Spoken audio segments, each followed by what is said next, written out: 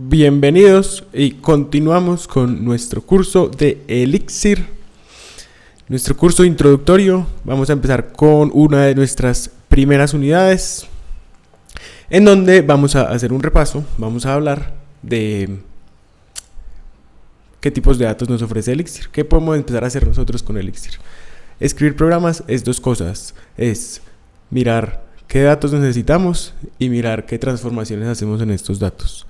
Entonces, la primera parte, utilizamos variables, utilizamos listas, utilizamos todas las herramientas que nos da el lenguaje para modelar nuestro problema, ¿cierto? Entonces vamos a empezar con valores numéricos. Elixir soporta flotantes, soporta enteros, podemos sumarlos, podemos restarlos y podemos multiplicarlos y dividirlos y todo lo que ustedes están acostumbrados a hacer.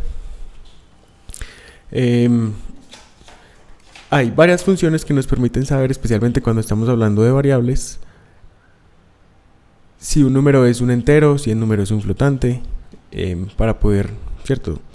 No sé, hacer condiciones. Entonces, todas estas funciones tenemos isFloat, isInteger, isBool, Boolean. Entonces, por ahora, pues vamos a utilizar esta. El 18 que es un entero, pero el 18.21 ya es un flotante. Muy bien, hay algo con la división siempre va a ser flotante. Vamos a ver algo así. Si queremos la división entera, tenemos que utilizar la función div. Entonces, ahí tenemos. Con los flotantes hay dos funciones útiles, muy útiles. Una es cómo extraemos la parte entera de un número. Utilizamos la función truncate, trunc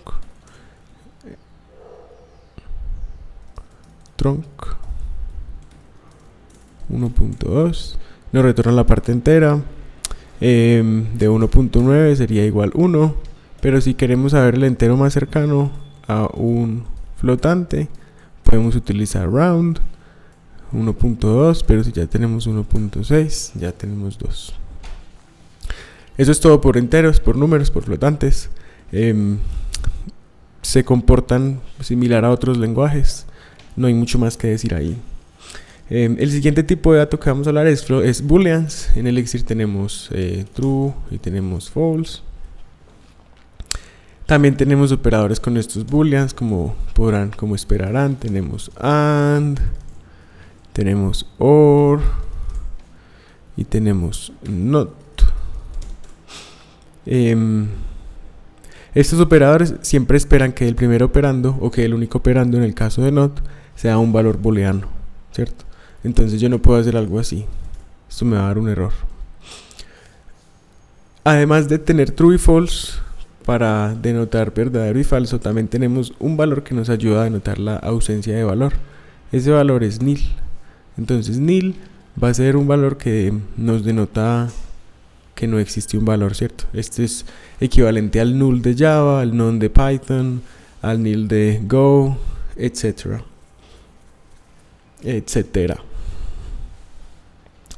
No hay mucho más que decir de booleans. También tenemos otra función que es isBoolean, ¿cierto?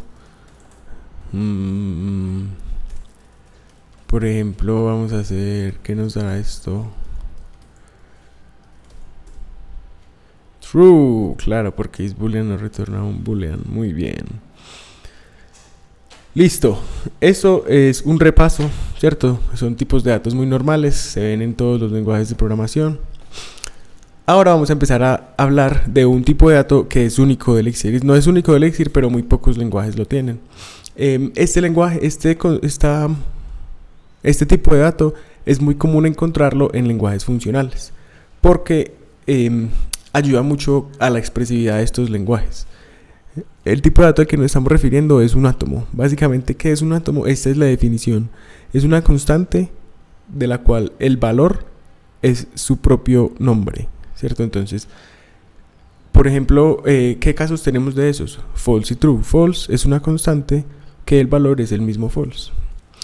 Pero Elixir nos permite generalizar esto no solo para false, true y nil, sino para lo que nosotros queramos. Entonces podemos tener un átomo que denota el día lunes Y en todas partes en donde Elixir vea esto en nuestro código va a saber que este átomo denota ese día lunes.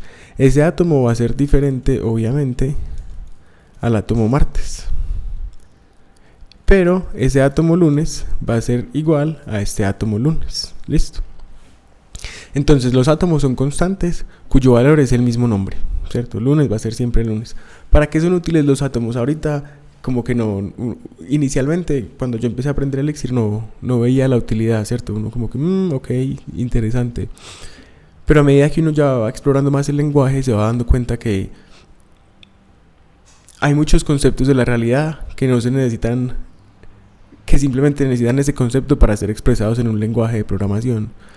Un ejemplo concreto: si yo quiero codificar los días de la semana o los meses del año en un lenguaje, generalmente ¿qué utilizo? Antiguamente utilizábamos enteros, entonces 0 equivalía a lunes, 1 equivalía a martes, etc. Pero ahora utilizamos enums. Entonces enum es una estructura de datos en donde los valores son constantes.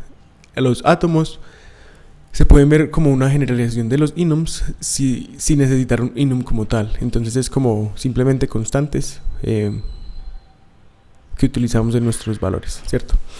Cuando veamos las tuplas, hay un tipo de tuplas que se llama tagged tuples, tuplas con tags, y ahí se empieza a hacer evidente la utilidad de estos átomos, ¿cierto? Porque ya lo vimos también, la función IOPuts nos retorna un átomo que es OK, que nos está diciendo esta función se ejecutó de manera exitosa. Si tenemos otro, podemos tener otro átomo que no es IOPuts, que no es OK, podemos tener un átomo que denota error, que también es muy común tenerlo en Elixir. ¿Cómo sabemos si algo es un átomo? Tenemos la función isAtom, entonces esto nos va a dar true. ¿Qué nos va a dar esto? True. ¿Y qué nos va a dar esto? True. Y pues obviamente esto nos tiene que dar esto, ¿cierto? ¿Qué estamos viendo ahí? En Elixir, false sin los dos puntos es azúcar sintáctica para false con los dos puntos. Entonces básicamente esto es un átomo y Elixir lo expresa como un átomo, ¿cierto? Lo mismo para nil y lo mismo para true. Muy bien, ahí terminamos ya con átomos. Vamos a seguir con cadenas de caracteres, strings. Eso es lo último que nos queda. Las cadenas de caracteres, obviamente, súper útiles, nos permiten representar texto. En Elixir las expresamos con comillas dobles. Elixir las codifica con UTF-8, entonces podemos tener caracteres raros. Vamos a asignar esto a variables para ver cómo es por ahora.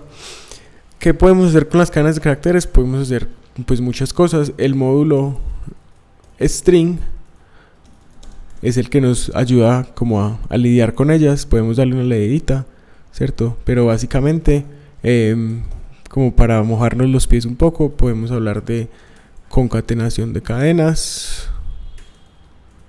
Ahí. Vamos a concatenar estas dos cadenas. Utilizamos este operador, un menor que y un mayor que.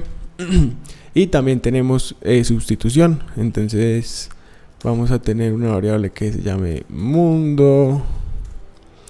Y vamos a tener una cadena en donde tenemos hola. Y vamos a sustituir el valor de b para obtener hola mundo. Entonces estos son dos operadores que son muy utilizados en Elixir. Son el operador de reemplazo y el operador de concatenación. Podemos también hallar la longitud de una cadena. Vamos a hallar la longitud de esta, por ejemplo. String.length de hola mundo.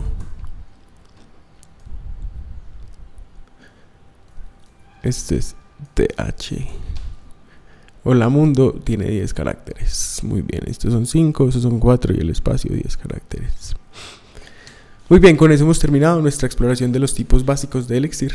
Ya tenemos herramientas necesarias para sumar, restar, multiplicar, dividir podemos operar con cadenas de caracteres, podemos hacer operaciones lógicas y también tenemos acceso a nuestros átomos. Entonces ya más adelante ya vamos a empezar a hablar de listas y de tuplas, y también vamos a hablar de módulos, funciones y a resolver algunos problemas. Entonces hasta la próxima.